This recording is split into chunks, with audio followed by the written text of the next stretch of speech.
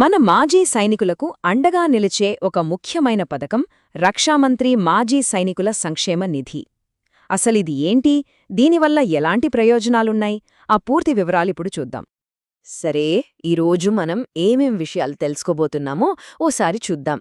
ముందుగా అసలీ పథకం ఎందుకు అవసరమైంది, ఆ తర్వాత ఈ ఆర్ఎండబ్ల్యూఎఫ్ అంటే ఏమిటి, ఎవరెవరు అర్హులు, మరి వాళ్ళకి అందే ముఖ్య ప్రయోజనాలేంటి, ఆన్లైన్లో అప్లై చేసే ప్రాసెస్ ఎలా ఉంటుంది, అప్లికేషన్ సబ్మిట్ చేశాక ఏం జరుగుతుంది, ఇలా అన్నీ వివరంగా చూద్దాం. రైట్, ముందుగా మనం అసలు సమస్య మూలాల్లోకి వెళ్దాం. వయస్సు పైబడ్డాక మన సైనికులు ఎలాంటి ఆరోగ్య సవాళ్లను ఎదుర్కొంటారు? ఈ పథకం యొక్క ప్రాముఖ్యత ఏంటో అప్పుడే మనకు పూర్తిగా అర్థమవుతుంది. చూడండి, ఇదే చాలామంది పెన్షన్ లేని మాజీ సైనికులు, వారి కుటుంబాలు ఎదుర్కొంటున్న నిజమైన కష్టం. రెగ్యులర్ ఇన్కమ్ ఉండదు, మరోవైపు వైద్య ఖర్చులు పెరుగుతూనే ఉంటాయి.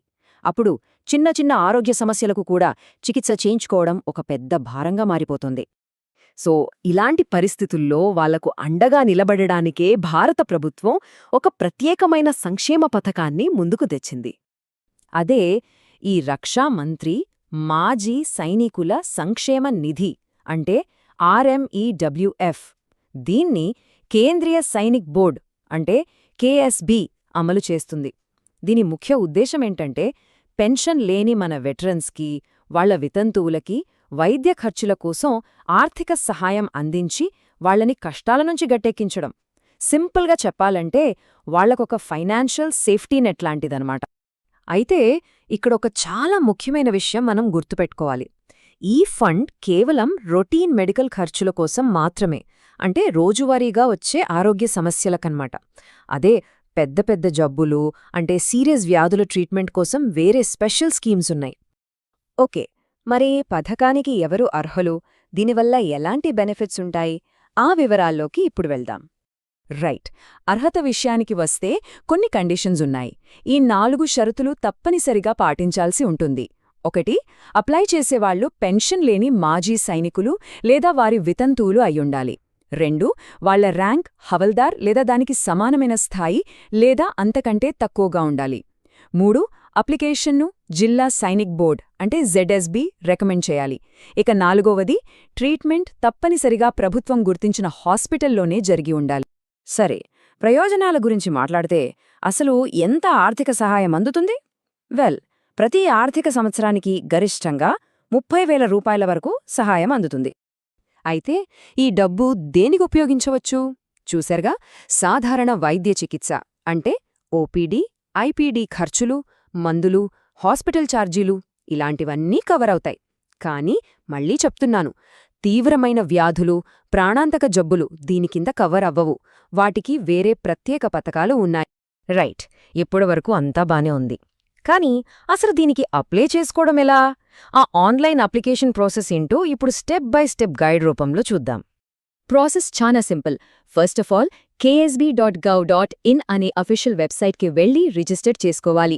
ఆ తర్వాత మీ ఈమెయిల్కి ఒక లింక్ వస్తుంది, దాని ద్వారా అకౌంట్ యాక్టివేట్ చేసుకోవాలి.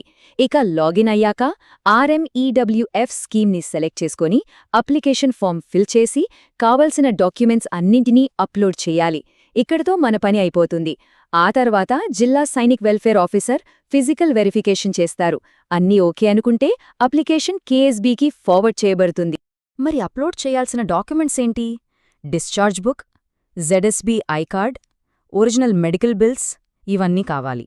హాస్పిటల్ డిశ్చార్జ్ సమ్మరీ, వేరే ఎక్కడా రీయింబర్స్మెంట్స్ తీసుకోలేదని ఒక సెల్ఫ్ డిక్లరేషన్, ఇంకా బ్యాంక్ వివరాలు కూడా జతచెయ్యాలి.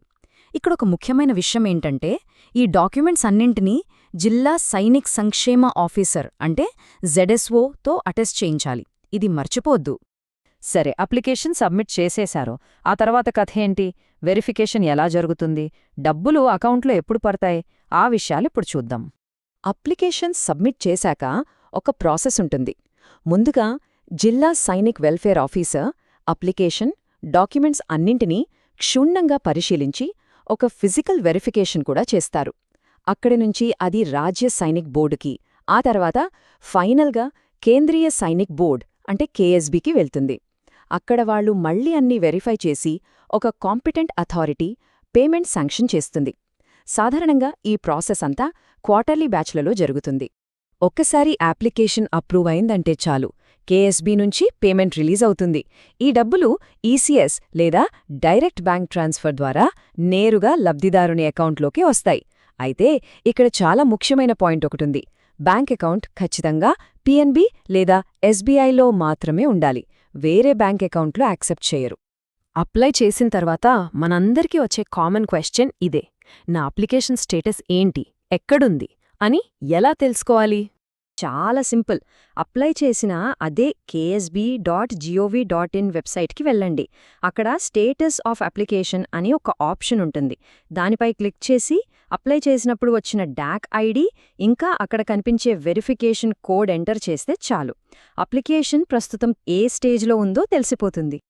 చూడండి, ఈ పథకం అనేది దేశం కోసం సేవ చేసిన వాళ్లకి ఏదో మొక్కుబడిగా ఇచ్చేది కాదు.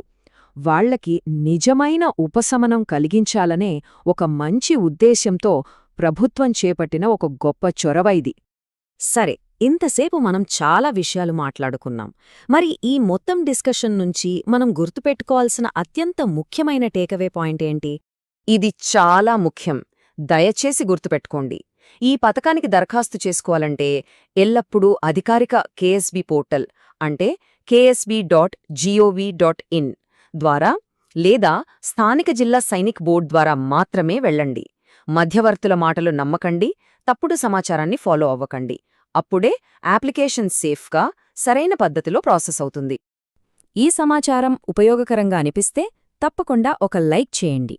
ముఖ్యంగా ఈ పథకం అవసరమైన మాజీ సైనికుల కుటుంబాలకు ఈ విషయాన్ని చేరవేయండి, వాళ్లతో షేర్ చేసుకోండి.